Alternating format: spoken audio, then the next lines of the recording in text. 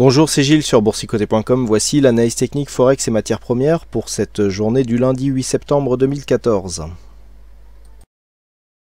Et nous commençons tout de suite par la paire de devises euro-dollar, donc rien de neuf sur cette paire de devises, parce que suite à la phase de baisse ici que nous avons connue la semaine dernière, jeudi, suite à l'annonce de la Banque Centrale Européenne et sa baisse de taux surprise, eh bien les cours ici évoluent dans un range horizontal, donc range horizontal borné sur sa zone de point haut ici par le retracement des 23,6% de Fibonacci de la phase de baisse, et sur le point bas par le point bas qui a été marqué suite à l'accélération baissière à 1,2920.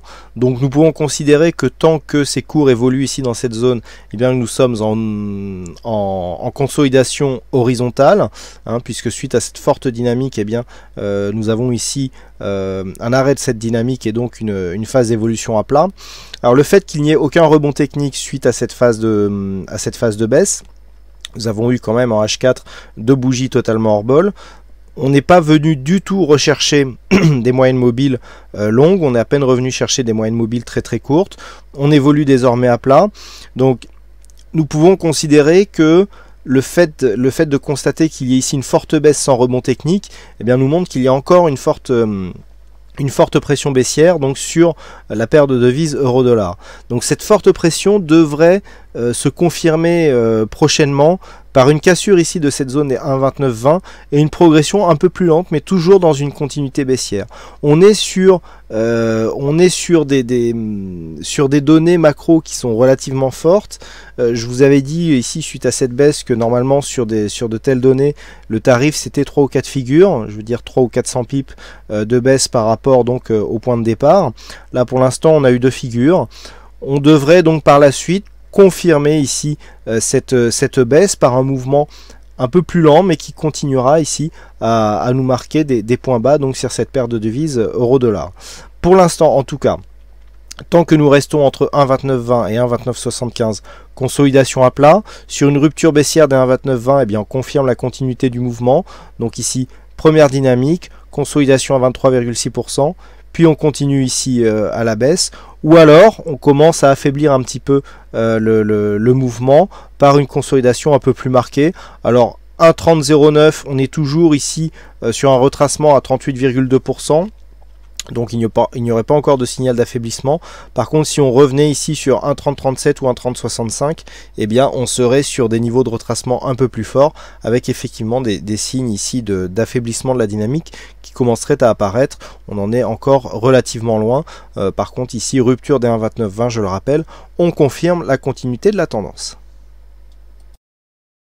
Et aujourd'hui, pas de dollar-yen, actualité oblige, mais un petit détour ici sur le câble, la paire livre sterling contre dollar américain, puisque suite à cette phase de baisse ici, nous avons eu une ouverture hebdomadaire hier qui a marqué un fort gap baissier, alors qu'il est lié à des annonces, alors c'est même plus de la macro, c'est entre la géopolitique et la macro, puisqu'effectivement suite à la parution d'un sondage concernant l'indépendance de l'Écosse qui, selon les premiers sondages, d'ici une dizaine de jours, lors d'un référendum, eh bien, pourrait l'emporter, puisque le sondage prévoit 51% de oui pour une indépendance à l'Écosse.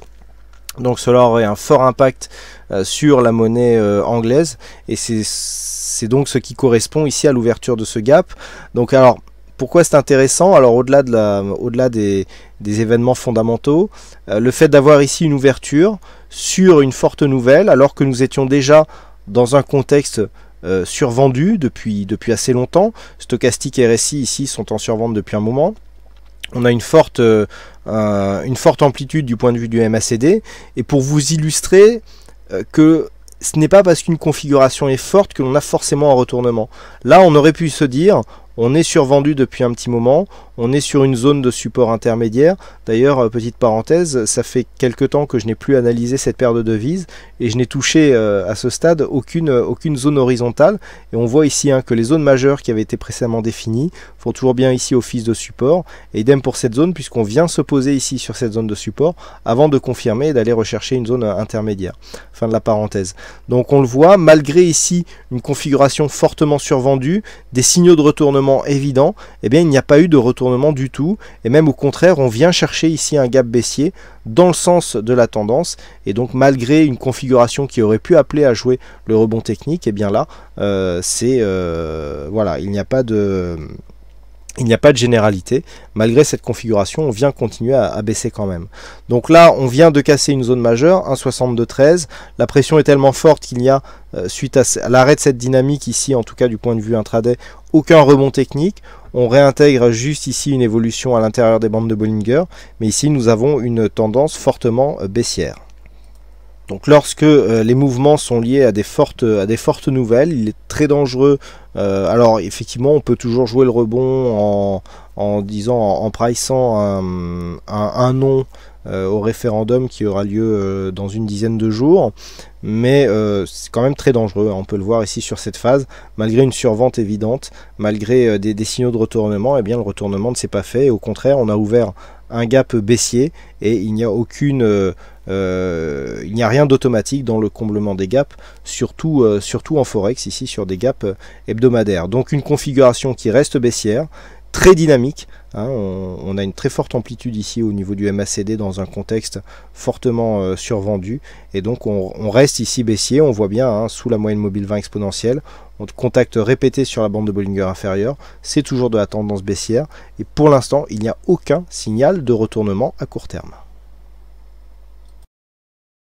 Et enfin sur l'or, eh bien, on confirme le mouvement baissier. Alors on avait ici une petite dynamique qui n'avait pas ici testé la zone des 1260. On est revenu chercher la moyenne mobile 20 exponentielle, test des 1260, retour sur la moyenne mobile 20 exponentielle, et donc on casse ici finalement cette zone. Donc on est ici dans une phase de continuité baissière relativement propre. Alors on a toujours des petits artefacts ici de volatilité, c'est l'or, c'est normal, mais on voit ici que avec ce setup encore une fois de trading en tendance, eh bien le contact avec cette moyenne mobile 20 exponentielle dans la tendance nous donne de très bons points d'entrée pour jouer la continuité. Donc je vous l'avais annoncé, sur une cassure ici des 1260,9 $ l'once, l'objectif se situe désormais à 1241 $ l'once. Donc là nous sommes en pleine dynamique. Les indicateurs viennent juste de rentrer ici en zone de survente. On a encore de la place du point de vue du MACD. Donc l'or, hein, qui est un actif très volatile et très direct dans ses déplacements, est tout à fait capable de descendre ici pour allier directement son prochain objectif.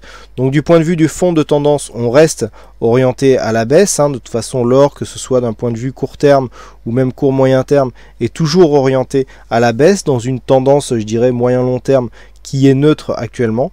Mais là sur la cassure ici de cette zone, eh bien l'objectif, on le voit ici, hein, se situe sur la zone des 1240. Alors on est entre 1240 et 1241 $ l'once, donc suite à la cassure de cette zone horizontale, avec un niveau d'invalidation qui se joue donc sur le récent point haut. Donc le point haut ici en contact avec cette moyenne mobile 20 exponentielle, à savoir les 1272 $ l'once.